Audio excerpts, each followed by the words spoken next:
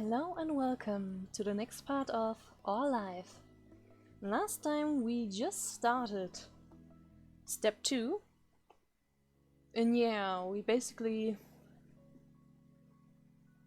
hang around with Derek, a new kid, and good old Corval. Found a very mean kid whose name I already forgot.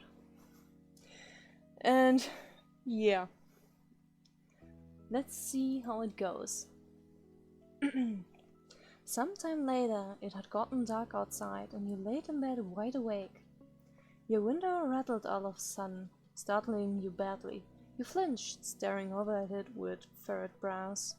From your vantage point, you saw only the moon and an open sky. You were...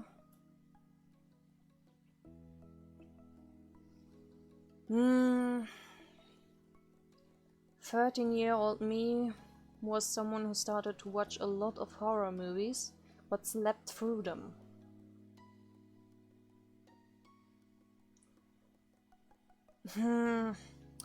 I wouldn't say that she wouldn't be scared, but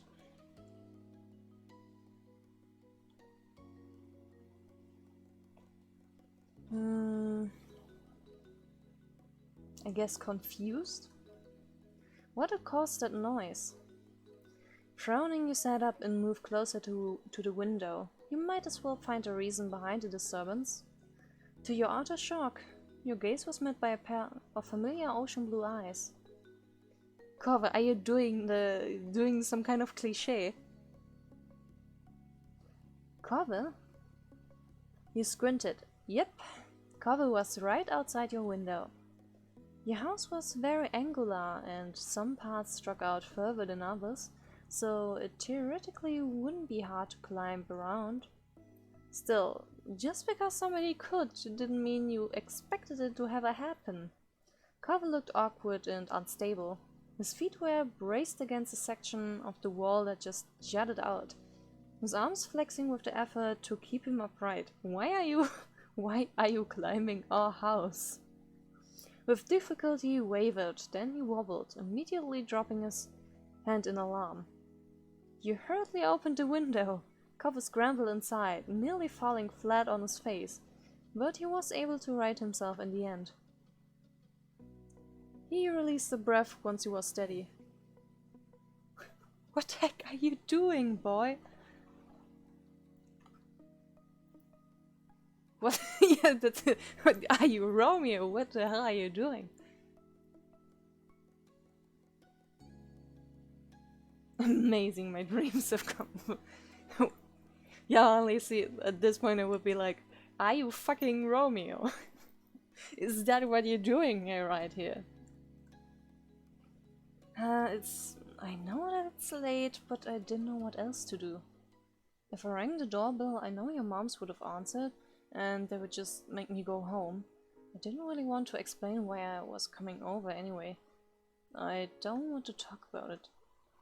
Well, besides you, I mean, that's why I did that. As unexpected as this was, you were touched, and Corva felt like he could tell you what was wrong. I might have tried calling or something, except my dad was on the phone. Corva suddenly looked very cross. Dad, he was talking to my mom, probably is. Still is. You raised your eyebrows. Corva had eavesdropped on his parents' phone conversation.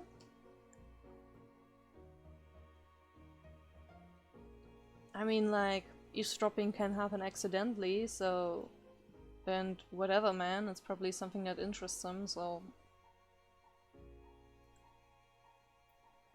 There were other things to talk about. Are you going to stay with your mom for a while again? Every year, Corva was sent off to live with his mom for a few weeks. When it happened varied. Sometimes he would go during winter break, but usually he went during summer. Even though it was hard news when you found out he was leaving and you missed seeing him those weeks, you understood. To your surprise, however, he shook his head. That's what I thought too, but no, that's not what they were saying. My dad asked my mom to not have me leave this year. He said she could come stay with us here. You waited for him to continue. He didn't. The conversation abruptly dropped off. You couldn't help but stare at Corvo. There was a complicated mix of expressions on his face. What did your mom say? She told him she would come. I know she's coming soon, before our school starts. Oh. You had heard Carl talked about his mom a lot over the years. He'd tell you about past memories or what happened while he was visiting her. Still, it was one thing to hear about someone and another to actually meet them. Soon enough you were going to see Carver's mom in person. You were taken aback by the news, so you could only imagine how Carver felt. You looked over at him. He was pacing across your room, his features painted with dread. Before they would barely stay in the same room long enough to have lunch. Now they're going to be all together again? The three of us, after all this time? Just for a few weeks? I know I should probably be happy they can talk to each other now. I'm still not. I'm just confused and freaked out. Now I feel really bad for feeling this way. Rina. That sounded a bit weird. Rina, it's so... His fist tightened and his eyes became misty. I shouldn't keep getting like this. It's been a long time already, and I'm not a little kid. Though he wouldn't meet your eyes, you knew he was waiting for you to say something.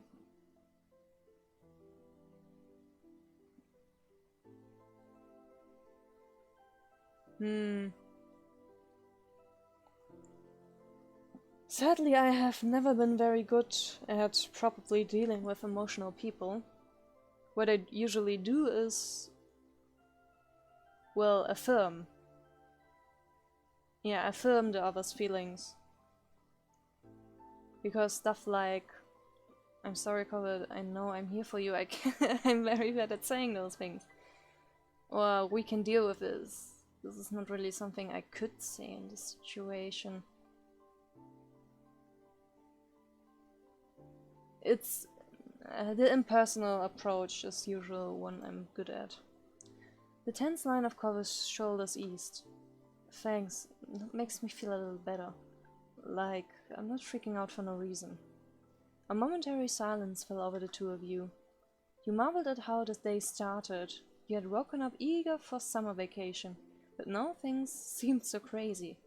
The mini debacle with Mr. Holden's gift, the newest addition to the neighborhood being so rude, and as if all that wasn't enough, now Corvo's mom would be living with Corvo and his dad again.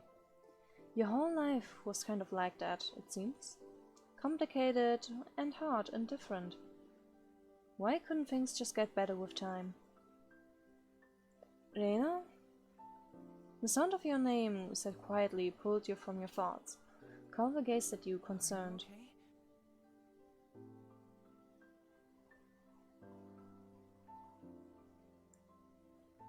Hmm.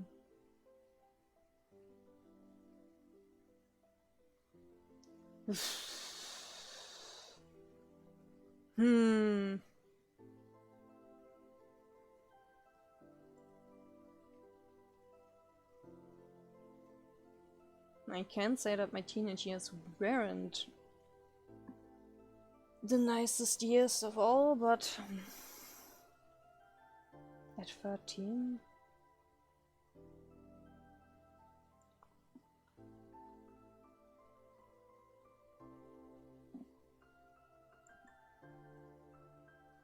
Who, me? I'm more worried about you. You don't have to forget about yourself for me. I want to listen to you too. Carver grinned reassuringly. It was small and delicate, but you knew it was genuine. He had come here conflicted and upset, only to end up worrying about you. He really was a great friend. You know, I don't think I want to talk any more about this. He looked away, his lips thinning into a line, and rubbed at his arms. But I kinda don't want to go back home, either. Could I stay a little longer, just doing something else? He appeared equal parts hopeful and vulnerable. How could you possibly turn him away?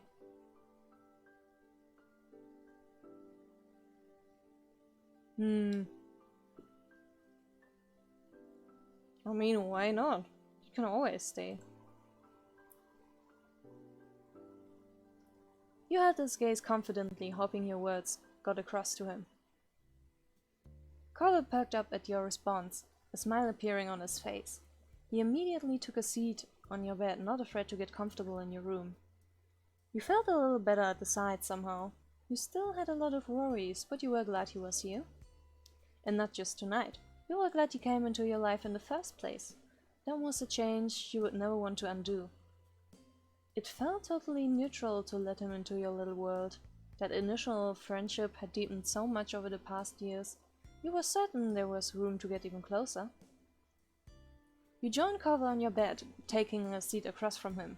He smiled at you again, but you could tell this time it was half-hearted. He was still easy to read. Though he didn't want to talk about his mom and dad, he must be thinking about what happened and what's about to happen.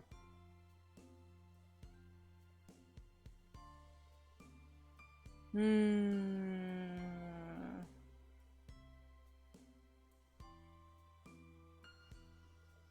13-year-old me was very affectionate. But I didn't have any male friends back then. I don't know if I would have been so affectionate with male friends too.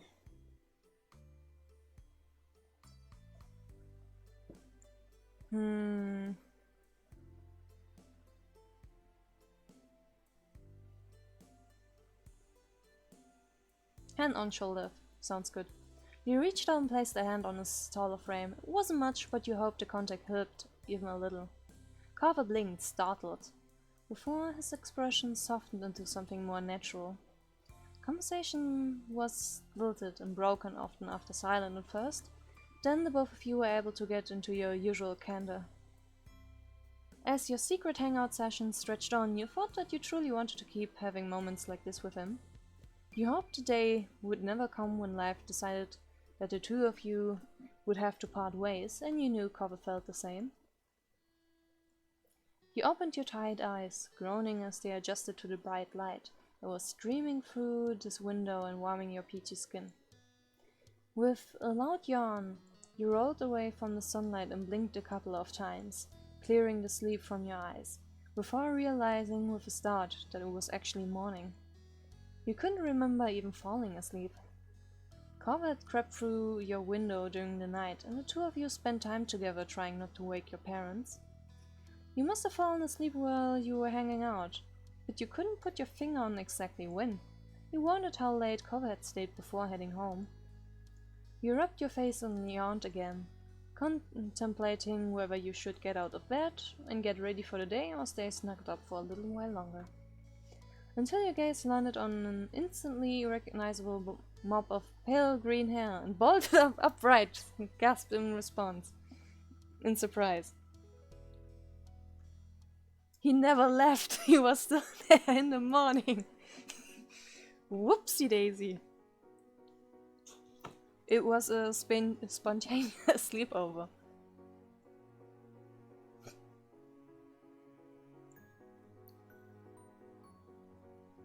Okay, considering that I laughed, I probably should choose this one. He had fallen asleep, was sitting on the ground, precariously leaning his head on the side of your mattress. With your laugh, Carver's eyes snapped open and his head slipped from its source of support. He didn't stop going down until he smacked right into the floor with a crack. You clammed the hand over your mouth and looked down at him with wide eyes, curled up where he had landed rather ungracefully.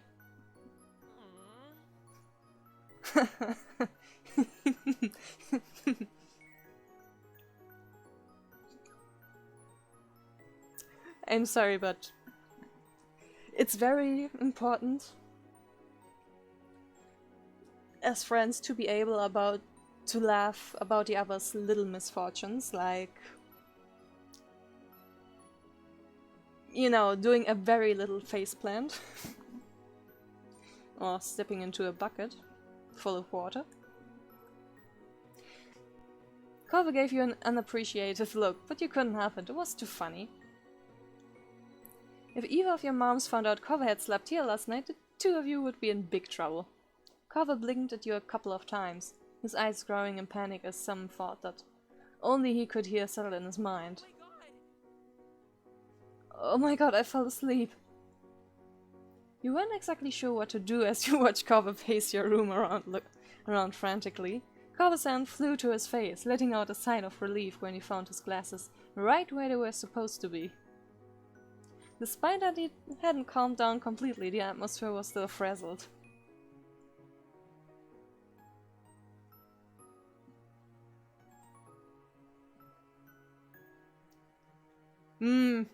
You know, I would be the person who is like, holy shit, I'm gonna be in so much trouble. But the thing is, if there's another person in the room who is worrying about the same thing a lot, then I'm suddenly not worried anymore. It's like, if at least one person is super worried about one certain thing, then I don't have to worry about it anymore. And then I just am not. You just need to leave before anyone notices you're here. If they knew, you would have heard about it already. Carver nodded. His shoulders tensed as he fixed you with a firm stare, with his turquoise eyes. I can't pronounce that. Letting out a heavy sigh, he ran a hand through his hair in expiration. He couldn't look at you again as he spoke. I'll see you later. You were confused by how all this played out, but hoped it was true. Right, bye, Carver. At that you were suddenly wrapped up in a tense embrace. As panicked as he was, this seemed to be something he couldn't forget before leaving. Thanks again. You're a good friend, Rina. He firmly whispered the words on the top of your shoulder. But you were let go before you had the chance to respond, or even fully react. In a matter of seconds, he had climbed over your bed, opened the window. A cool breeze rolled off the ocean, fluttering through Carver's hair and filling your room with its salty scent. Carver anxiously stepped out onto the ledge. Oh boy.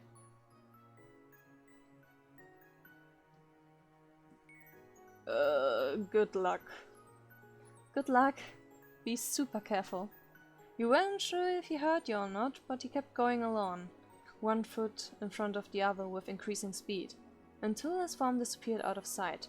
You stuck your head out the window as far as it could go to try keeping watch. He walked the full length of the ledge before jumping down on top of the garage, then lowering himself onto the fence. From there he finally dropped down to the ground. He threw out a thumbs up at his successful climb. He ran off towards his house without stopping, disappearing behind the side of another building. You had to admit that you were pretty impressed with how doable he made that look. With a little sigh, you reclosed your window. Deciding there was nothing more you could do, you hopped off your bed and got ready to head downstairs for the day.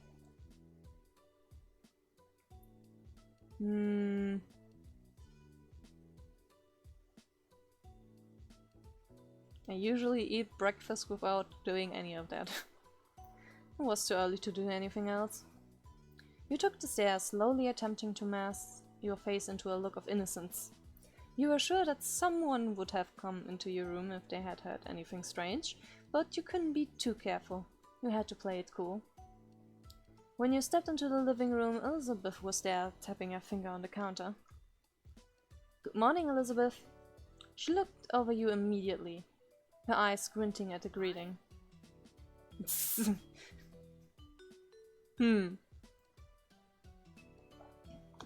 Why are you being so weird? You hadn't even done anything. Your big sister never missed a beat, unfortunately. You turned and offered a tight smile, and her lips pursed together even tighter. Rina?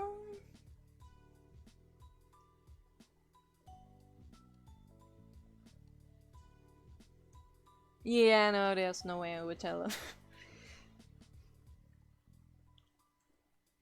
I'm not. You spoke so nonchalantly that you almost thought she believed you. But you knew better. Further suspicious squinting occurred as she waited for something. But ultimately she rolled her eyes, and you were unsure if you were in trouble or not. She didn't seem to care enough to dig any further. Whatever.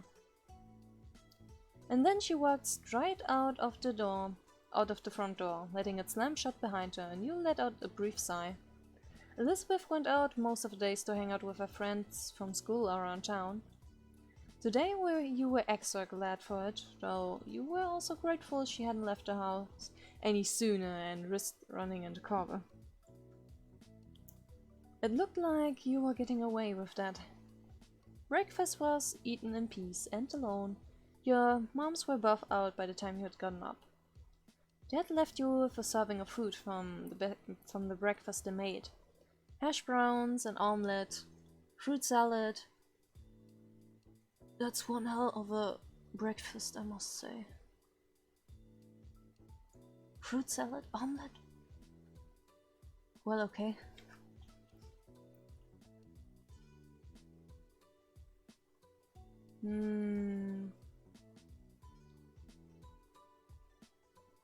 Sadly, I'm a picky eater. You appreciated that there was a variety in the meals your moms made. The parts you did have were tasty. The day lazily drifted by. You pulled open the fridge again, lingering in the frosty air for a moment or two before grabbing a bottle of ice-cold water and taking a long drink. It was the perfect, balmy summer afternoon, and you had decided to head outdoors and find something to do. You hadn't decided what that something was just yet, but you were sure something would pop up to occupy your time. As you were heading out the front door, you paused for a moment. You hadn't seen Carver since he had left that morning, and you couldn't help but think about what happened to him. Would it be bad to go over to his house right now, or to call him to check in? You stepped out of your house, still stuck in an eternal debate with yourself, when a voice caught your attention. Hi, Rina. Confused, you looked over to where an unrecognizable woman was waving at you, a friendly smile plastered on her face. You racked your memory for where you might have seen her before, but nothing came to mind. Not your school, or from the country club your moms took you to. You had absolutely no idea who the woman was. The woman crossed the road towards you, and you were a little unsure whether you should stay put or go back into the house and lock the door.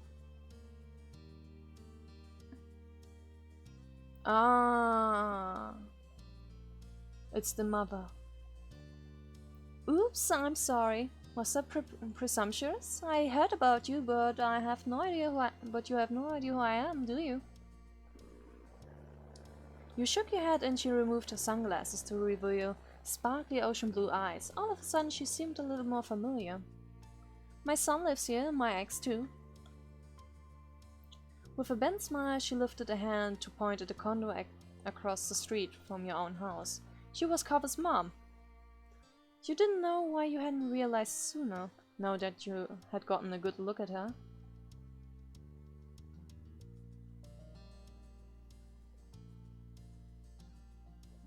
She was very pretty. This beautiful lady was Carver's mom? Wow. No matter your thoughts on her, you still was taken aback that she had appeared here so suddenly.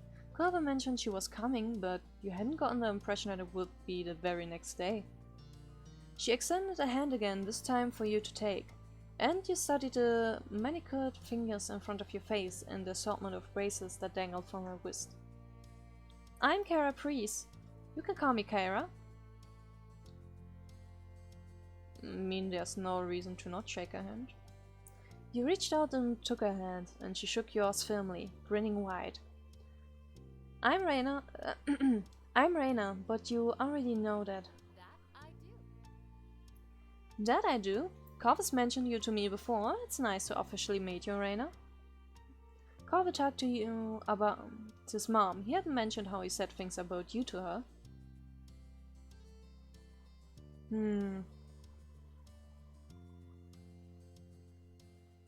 Nice to meet you too. She smiled at you fondly, her eyes crinkling at the corners. Whoopsie daisy. The sound of a door opening and closing caught both your attention, and when you turned towards the sound, it was to find Corvo exiting his house, his eyes skimming the ground. Considering how tall he had grown, you kind of figured his mom also would have been tall, but she was much more on the short side. For an adult, anyway. Corvo's height must have come from his father. There you are! I thought you were gonna keep me standing out here all day. You tried to catch Corvo's eyes as he walked towards you, but his gaze was firmly fixed on the sidewalk. When he finally crossed the road and looked up, he gave you a pitiful look. After the way he had acted last night, you knew he must be feeling pretty mixed up about this. You tried to wordlessly express that you understood. Corvo and I are heading to town to grab something to eat while the snore is at work. Kyra beamed at Corvo and ruffled his hair, which only seemed to upset him more. You assumed the snore was talking about was Mr. Holden. Hey, you should come with us, Rina. I would love to get to know you better. Yeah, you should come. There was a pleading in his tone that you couldn't miss. Of course we'll run by your parents first, responsibility and all that. It will give me an excuse to meet them, which I need to do at some point. It's important to be neighborly if I'm going to be roosting on the street for the time being. Any woozies, let's go. Kyra walked ahead towards your house, and you hung back with Corvo, who crinkled his nose as you watched her. I'm sorry about her, but I really do want you to come. I don't want it to be just the two of us, not right now. You leaned in closer and whispered while checking around for anyone who might hear. What happened? Did your dad know you were gone? Corvo shook his head and sighed heavily. Dad was so focused on Mom showing up that he didn't even notice. I thought when I heard them on the phone last night that it was something they were planning for the future.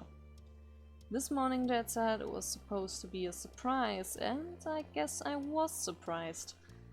He's gonna be here all summer. Oh.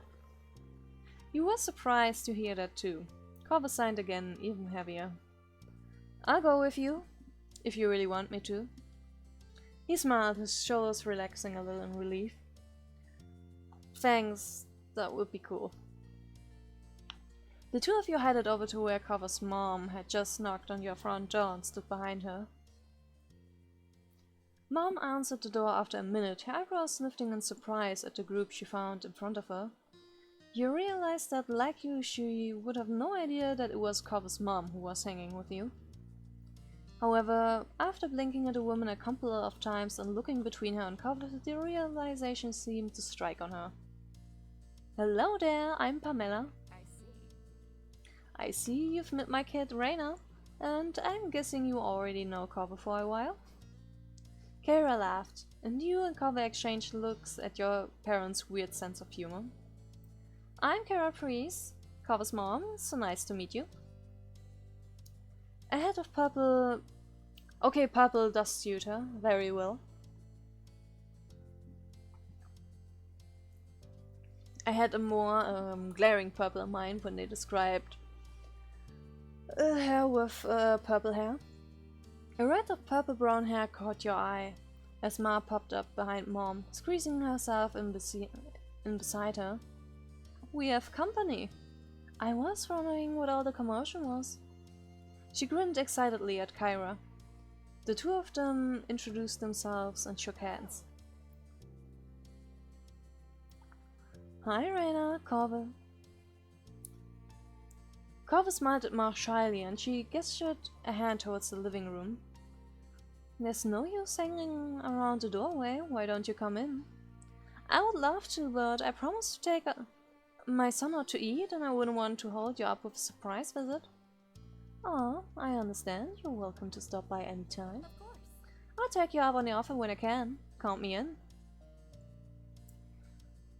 Would you mind too much if Rina went with Corvo and I? My treat. You won't be driving, just a quick walk down the road? Sure, that sounds nice. Have fun. Hope you all have fun. You gave your moms a look and they smiled at you fondly.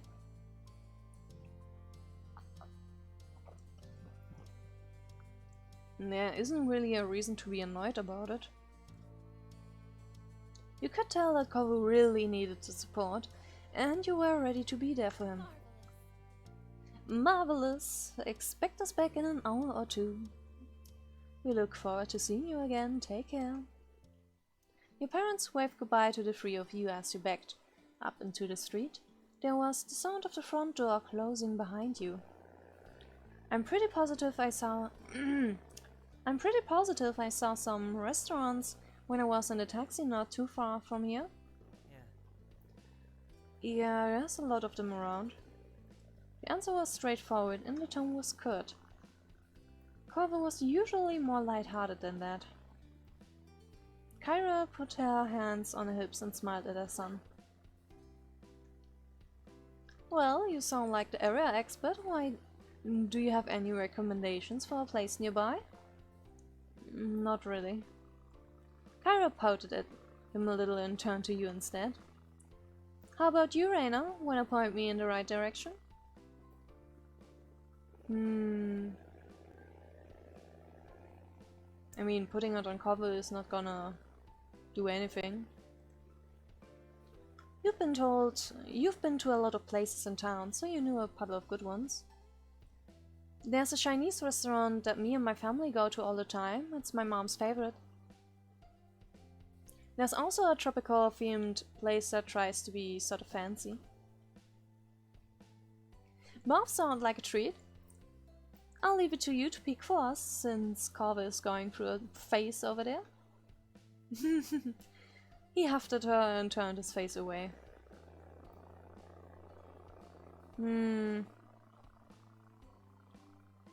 I like eating Chinese. Thank you. Thank you, Rina. Will you show us the way? You nodded, taking the lead of your little group as Carver and his mom followed behind you. Together the three of you left the neighborhood behind. The walk was about 15 minutes, and along the way Kyra asked a lot of questions about the area. Carver was quiet most of the time, so you ended up answering her instead. Kyra explained that she lived in a large city, and she loved how peaceful and relaxing everything seemed in Sunset Bird. The restaurant was busy as usual, but luckily you were shown right to a small table. Kyra lowered herself to the chair while Carver picked the one diagonal to her, not facing her or to her side. It was awkward. Let's see, to start, what would you all like to drink? I'll get an orange soda.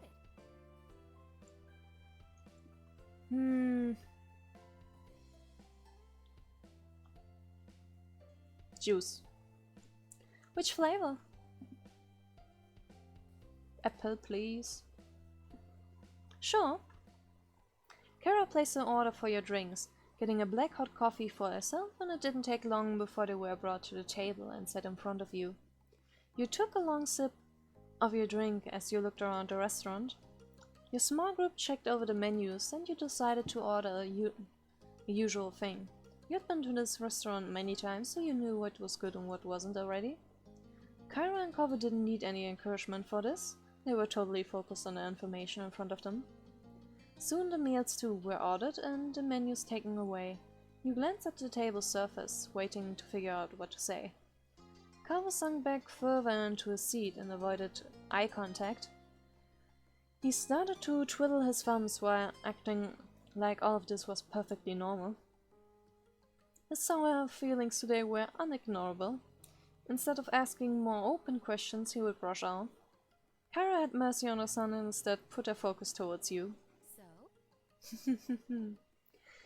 So, Rina, what's a few things that you're into? There's gotta be something you do for fun, especially now that you're not buried in school assignments. I'm really into cover. Let's not. Hmm. Games are fun. Video games. I don't know much about them. Maybe you can show me sometime. And I like to watch. Well, I like to watch anime. So I guess it's TV. It's pretty addicting when you find a good series, isn't it?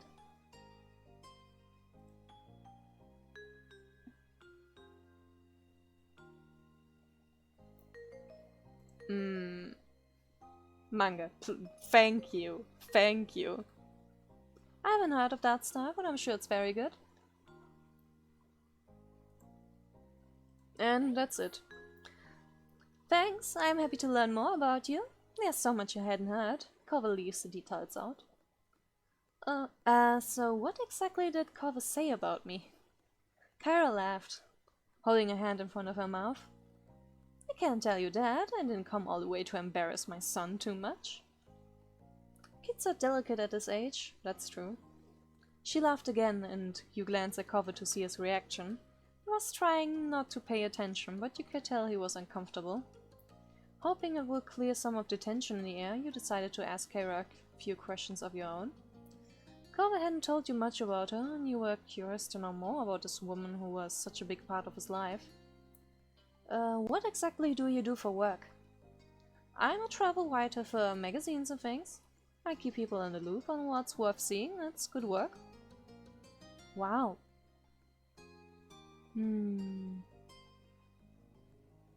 These two are kind of dicey questions. Let's not do them. What do you like to do? Spend time with my little boy, of course, and traveling. A real shock, huh? Where do you live normally? Nevada. Have you ever been there? Nope. It's a beautiful place. Check it out if you can. Not another question, please. It didn't seem to bother her that the conversation dropped off. Carver sipped his soda angrily, slurping up the remaining drink with furrowed brows. He looked ready to run straight out of the restaurant. You weren't sure if coming along had ended up making the lunch better or worse.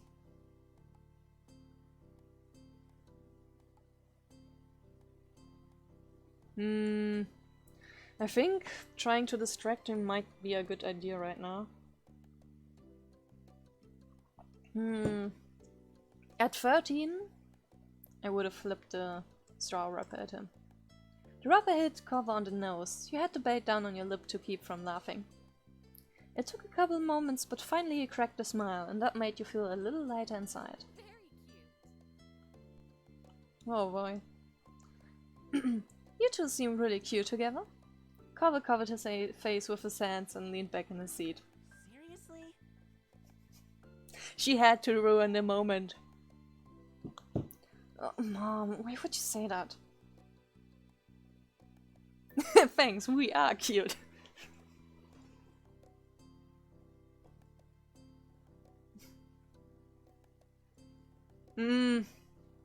I think my first response were to, well, nervously laugh.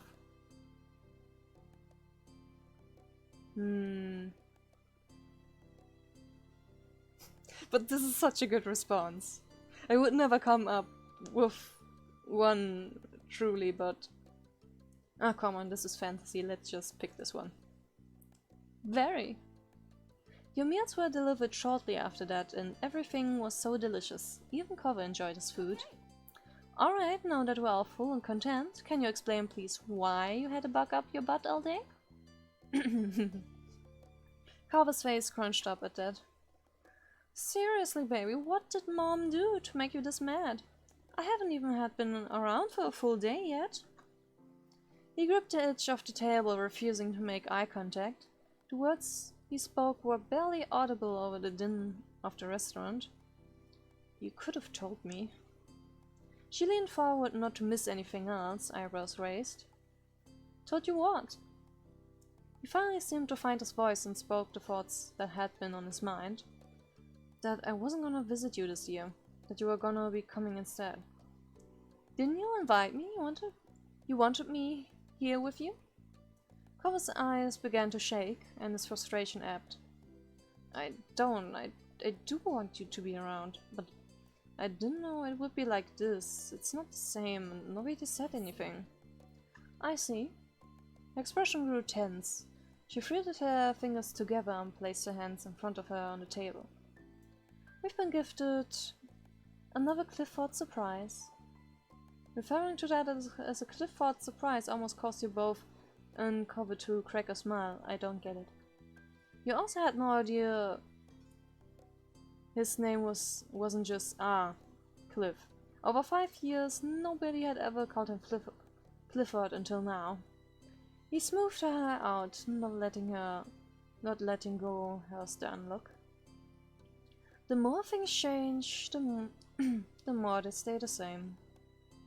They let out identical sighs, but smiled weakly at one another afterward. I'm sorry. I can go home, Cover. We can still set up the normal trip to my place before the summer ends. Cover's lips tightly closed together. He seriously pondered the option. I think I do want you to stay. I miss it when you're not there. My heart! She reached across the gap, grabbed his face, and planted a kiss on his cheek. Grover tried to wiggle away. Mom, stop. I'm sorry, sweet young men need to be smooched by their parents. If I don't, they'll take away my mom license.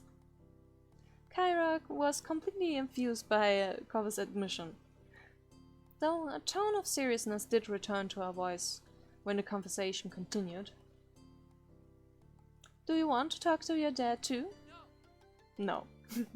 Cover had snapped that word instantly, but reading his annoyance back in just as quickly. Maybe later, not today. It's alright. I understand, we can shelve it. Thanks, Mom. Thank you for talking to me, little mister. She grinned affectionately at him before turning you away. And thank you, Rina. Oh, what did I do? It's easy to act like a baby with your mom. It's harder to keep that up with your neighbor watching everything. Especially when you really care about what the said neighbor thinks of you. She winked. Mom. She just ruffled his hair with a laugh, then moved her hand down to tap the end of his nose. And that was how the issue was resolved, at least between Carver and his mom. When the three of you left the restaurant and Kyra had paid the bill, you walked back to your neighborhood slowly. You had eaten so much by that time you were beginning to feel sleepy. It didn't help that the lunch had happened late and the sun was already beginning to descend from the sky.